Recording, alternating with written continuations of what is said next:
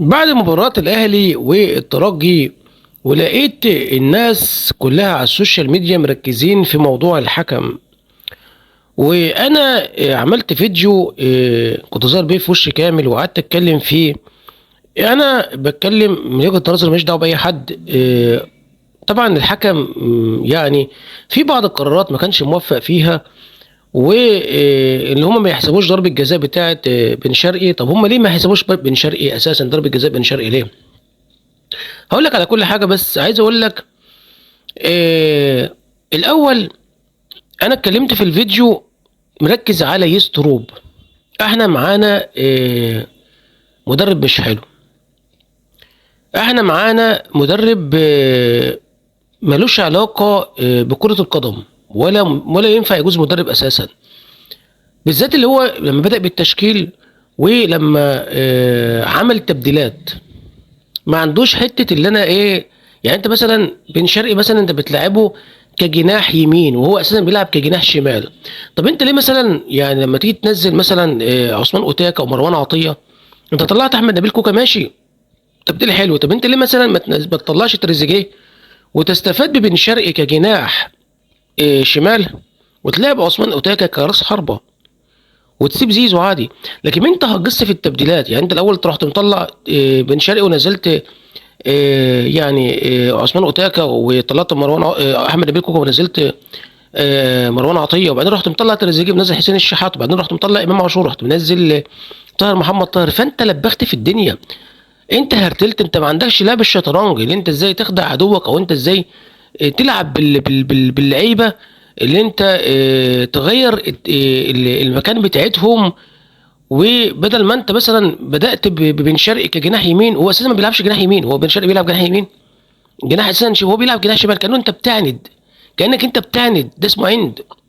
طيب هل النادي الاهلي شكله حلو في الملعب امبارح؟ احنا شايفين بالذات في الشوط الاولاني النادي الاهلي حلو في الملعب، لان ما بنشوفش الاهلي بقالنا فتره كده. يعني ما شفناش في طلائع الجيش كده، احنا ضربنا فيها 2-1 قدام زد 1-1. المباريات في الدوري ما بنشوفش النادي الاهلي كده، حتى لما بنيجي نتغلب لما بنيجي نكسب. يعني مثلا الاهلي بيكسب اهو ماشي في الدوري، ما بنقتنعش بالاداء، بنبقى معترضين على الاداء. كسبنا ببركه دعاء الوالدين، هي دي الفكره العامه. طيب هل الدفاع حلو؟ يعني حتى يعني مثلا هقول لك على حاجه، مثلا ايه، لما مثلا نشوف مثلا فتره عماد النحاس، ايام ما كان بيلعب بياسر ابراهيم و واللعيبه اللي كان بيلعب بيها ايام عماد النحاس في الدوري الموسم اللي فات. انا عايز افتكر لك بس كده حاجه. هل ده حماس ياسر ابراهيم لما كان كنا قلنا المفروض الدوري ده مسمين ده دوري ياسر ابراهيم؟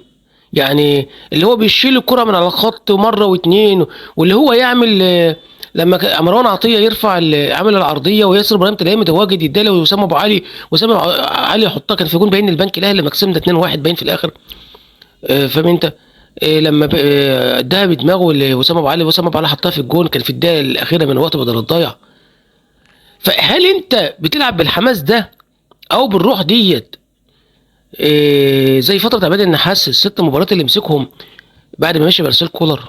هل انت شايف امبارح ياسر ابراهيم كان وحش جدا، هادي رياض كان وحش، محمد هاني كان زباله الزباله يا جدع.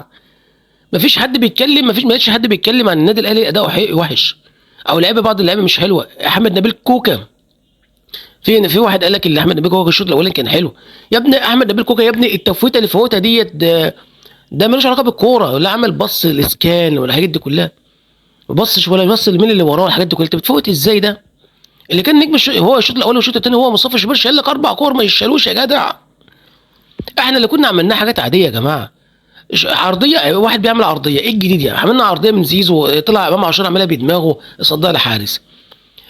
شوطه من بن شرقي صدها لحارس، شوطه من تريزيجيه شطها الحارس. ده اللي احنا عملناه في طول المباراه. فين الحلو في كده؟ يا جماعه احنا حلوين في الشوط الاولاني، في ناحيه اللي احنا ايه قريبين من بعض. الشوط الاولاني بنبص من لمسه واحده، بنمرر على طول. فاهم انت؟ بنلعب بدائيات الكوره، الف ب كوره. فعشان كده احنا قلنا النادي الاهلي حلو في الشوط الاولاني.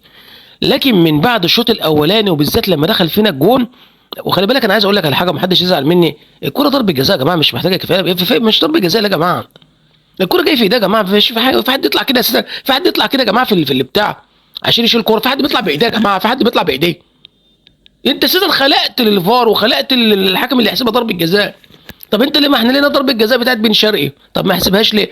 يا حبيبي يا حبيبي، هو بن شرقي اساسا وقع ولا في حد من النادي الاهلي ولا لعيبه النادي الاهلي ضغطوا على الحكم ولا هاجموا على الحكم؟ انت خلي بالك، انت في الفار في مصر، في الدوري المصري او في احنا، بص يا عم الحاج، احنا النادي الاهلي الاداره ما بتاخدش حقها، والله ما بناخد حقهم، والله ما بناخد حقنا، ولا الاداره بتاخد حقها. احنا الناس كلها بتعلم علينا، فاهم انت قصدي؟ ما بناخدش حقنا، كل اللي هنعمل شكوى بس وخلاص. لكن هل انت بتاخد حقك؟ هل النادي الاهلي بياخد حقه؟ لا، هيقدم شكوى بس وخلاص. فده اللي بيخلي يعني انت مثلا عندك قناه الزمالك لما تقول لك طارق مجدي ما بيحكمش للنادي الاهلي، وبعد كده كان متعين لنا حكم، وبعد كده تلاقي طارق مجدي بيتحكم لنا في مباراه من المباريات. مالكم يا جماعه فيها يا جماعه؟ انت فاهم انت واخد الفكره العامه؟ ايوه ما بناخدش حقنا. وعندنا طبعا الحكم ده مثلا اهو كان يقول لك كان محكم لما طلعت الكردشار اول مباراه في دوري ابطال افريقيا. طب انت خدت حقك؟ لا، محكم لك في الترجي. طب انت اعترضت؟ عملت اي حاجه؟ لا، ما عملتش اي حاجه. فهو هيقول لك ظلمني. ما انت ما بتاخدش حقك اساسا، فاهم انت؟ لكن هو لو انت بتاخد حقك اساسا، او انت مثلا شايفين لك شخصيه، او انت شخصيتك قويه، من غير ما بن شرقي يقع ولا يمثل ولا يقع على الارض واللعبه تهجم عليه، هي الحكم هيرجع للفار. يعني اللي هم اللي قاعدين، اللي هم الحكم بتاع الفار اللي قاعد، هيرجع الحكم يقول له ايه في ضربه جزاء للاهلي بتاعت بن شرقي، تشوفها ضربه جزاء، خلاص الموضوع انتهى. لكن انت ما بتديش الفرصه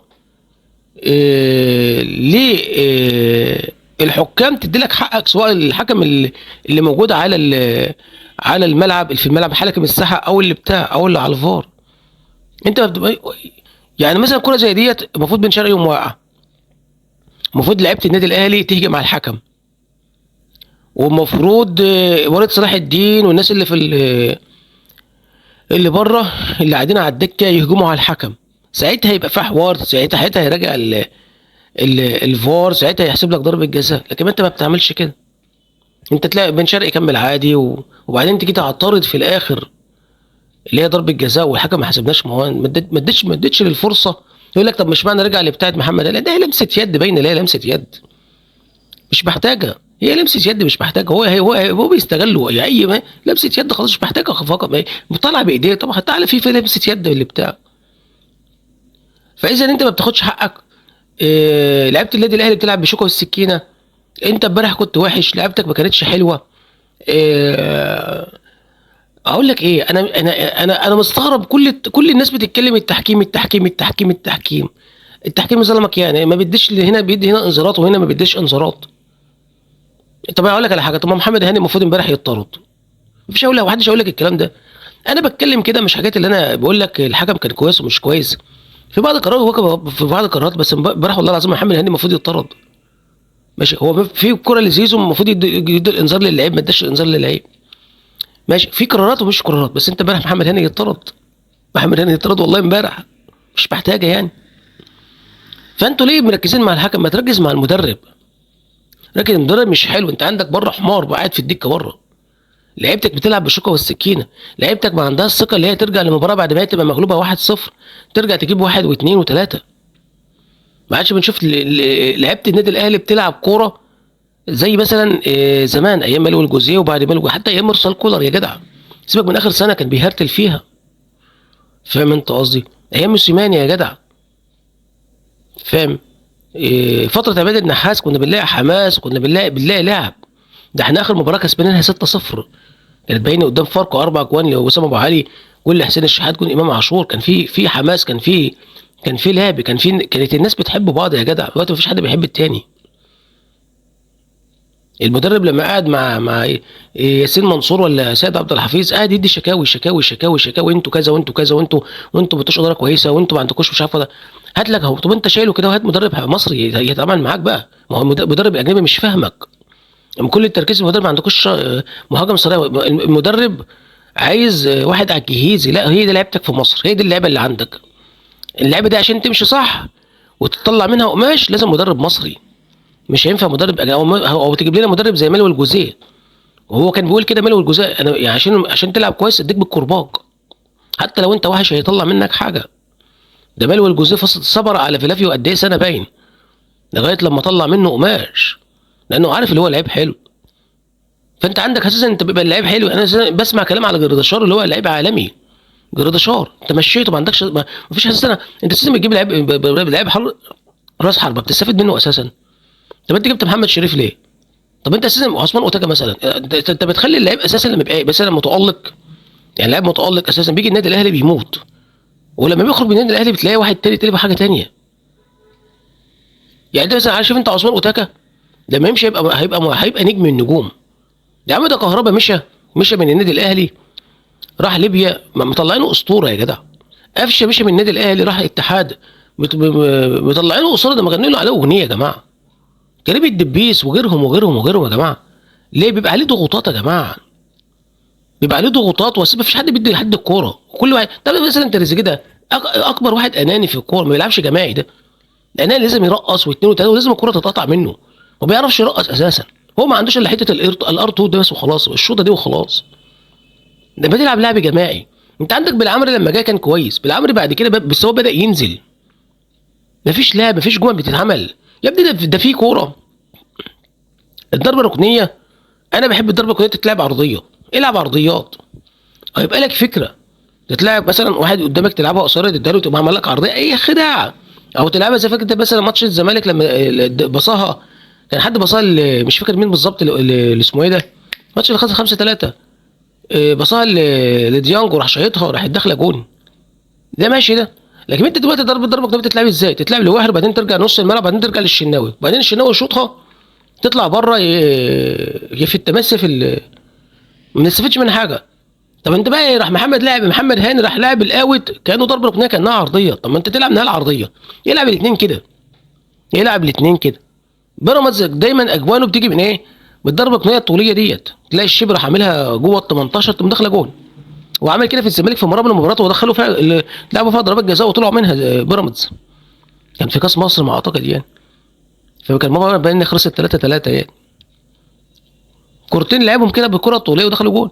فالضربه الركنيه انت تستغلها، الفاول تستغله. انت مثلا عندك مثلا انت بتعدل بيني مع زد 1-1 ما اتذكر، وفاول لزيزو يا عم، بيشوطوا فين؟ بيشوطوا في السماء. زيزو ده في الزمالك كان اسطوره، هنا دلوقتي فين؟ ما بشوف حاجه من زيزو. بتشوفها انت ما لعبت، انت ما عندكش ثقه اساسا انت نازل محمد علي بن رمضان. طب انت ما انتش عايز تنزله وانت ما عندكش ثقه، بتدخله ليه في القايمه اساسا بدل ما انت ما لعبتوش؟ المدرب قاعد مع ياسين منصور واسمه ايه ده قاعد يشتكي له من طاهر محطه، طاهر قاعد قال نص اللعيبه المفروض، قال لك 10 لعيبه تمشي من النادي الاهلي. طب هو اذا كان المدرب بيقول كده، طب يبقى انت حلك ايه؟ مدرب مصري يظبط اللعيبه ديت على السيستم بتاع النادي الاهلي، يلعبهم. هات مثلا حسام البدري، حسام البدري هيظبط الدنيا بس. لكن انتوا قاعدين مركزين في الحكم. حكم ايه يا جماعه؟ حكم ايه ونيله ايه بس يا جماعه؟ حكم ايه ونيله ايه يا جماعه؟ حكم ايه؟ احكمه. حكم ايه؟ حكم وحش. طب انا استفدت؟ هل انت مثلا كسبت؟ الاصل اللي بوظ الماتش امبارح الحكم.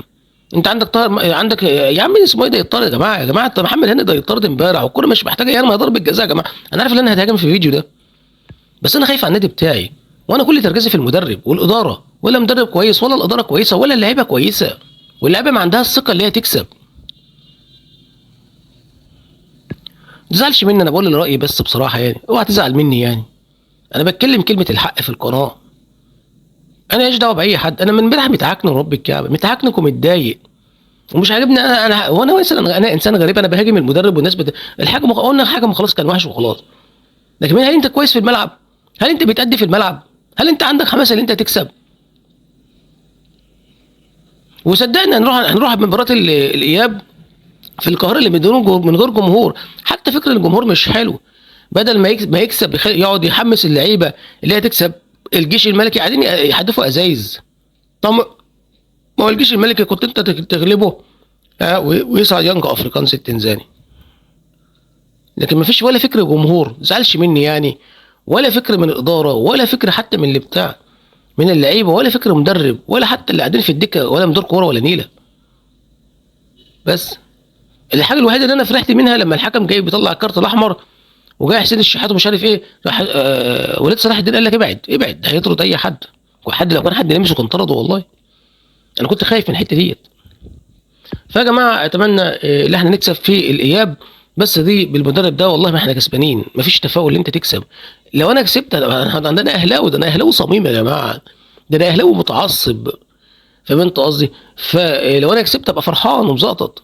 لكن ما احنا وعزت وجلاله الله لسه بكلم واحد دلوقتي، لسه بكلم واحد بيقول لي الكلام ده، انا قلته للواد اللي في المحل التاني، هم محلات موبايلات عندنا هنا في دمياط في البلد، وقال نفس الكلام اللي انا بتكلمه ده يا جماعه والله العظيم. قلت له يعني بتاعت محمد هاني دي يا جماعه مش ضربه جزاء. قال لي هو في حد يطلع كده يا عم محمد يا شبرون؟ يعني بالعقل في حد يطلع كده؟ انت اديت للحكم واديت للفار اللي هي ضربه جزاء مش محتاجه يعني، في حد يطلع كده يطلع كوره كده يا شبرون؟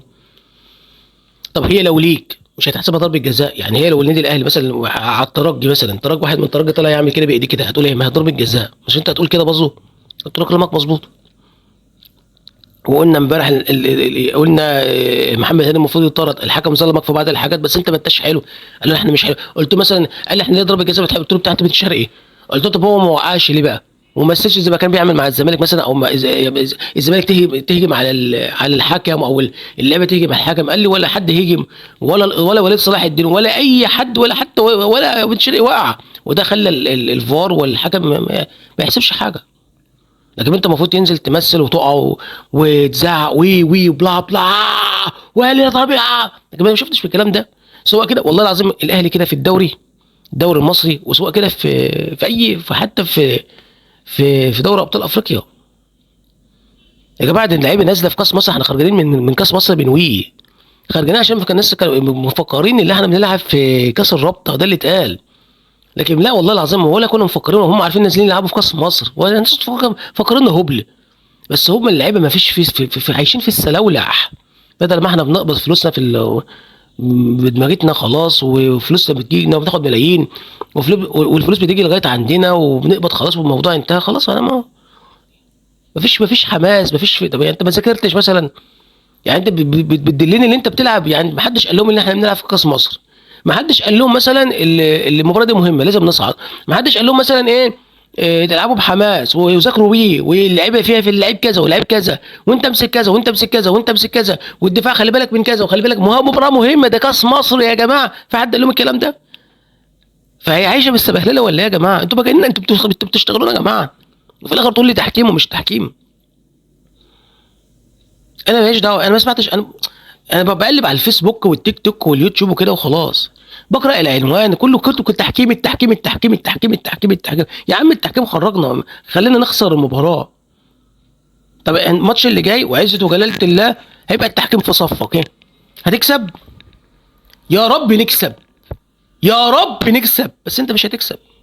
كانت في واحده على التيك توك كاتبه بكره النادي الاهلي هيلعب النهارده مع الترجي ومش قلت لها والله هنخسر. قالت لي خليك متفائل، قلت لها ما فيش تفاؤل خالص عندك. يعني انت بدل من المدرب ده واللعيبه دي والاداره دي والحاجات دي كلها هيبقى في تفاؤل؟ ما فيش تفاؤل والله العظيم. راحت كاتبه، راحت عامله فيديو بعد من المباراه كانت زعلانه. قلت لها مش انا قلت لك بس ان شاء الله نكسب؟ قلت لها كده ان شاء الله نكسب في مصر، وقلت لها نكسب 3-0 ان شاء الله في مصر. بس انا بدي نفسي امل وبدي لها امل او تفاؤل، لكن والله ما احنا نكسب، والله اعلى واعلم لا اعلم الغيب. اتمنى ان احنا نكسب بس مش هنكسب بالمدرب ده وباللعيبه دي، مش هنكسب. انت عايز مدرب يجلد، انت عايز اداره السيستم. انت لما فرحت لما سيد عبد الحفيظ هيبقى مع الخطيب وياسين منصور فرحت، لكن مش شايفين اي حاجه، مش شايفين اي منكش، مش شايفين اي حاجه. عموما تختلف معايا في الراي او توافقني في الراي سامحني، عشان انا والله لسه صاحي من النوم، معلش كنت مطبق وكان عنده شغل تقيل، فتلاقيني ممكن اكون مهيس في في الكلام او دماغي مش مجمعه. والله العظيم حتى بص عملت يعني ده يعني قهوه فاهم انت باللبن عشان افوق، ولسه ما شربتش منها حاجه وانا بتكلم معاك يعني. فلو انا يعني ناقشني في التعليقات، لو انا كلامي غلط ناقشني في التعليقات، ما تزعلش مني. انا بحب النادي الاهلي وخايف على النادي الاهلي، وعايز النادي الاهلي يعني يبقى بطل العالم كله، مش في مصر بس ولا افريقيا يعني. انا نفسي اوصل يعني الانتر كونتيننتال واخدها كلها، يعني ابقى العب اكبر فريق بتاع دوري ابطال اوروبا واخد منه البطوله، اوصل لكاس العالم للانديه واخد البطوله، فاهم انت قصدي؟ زي ما الهلال عمل ووصل للعب مانشستر سيتي وغلبه، وبعد كده ده بالمباراه اللي بعدها. لا نفسي اوصل انا زي مثلا فاهم انت. يعني كان باريس سان جيرمان كان بيلاعب مش اللي هو الفريق اللي هو ايه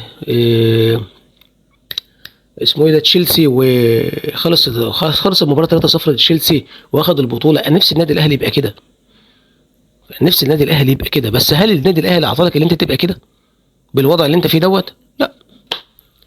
عموما كان معاكم محمد شبرون من قناه شبرون.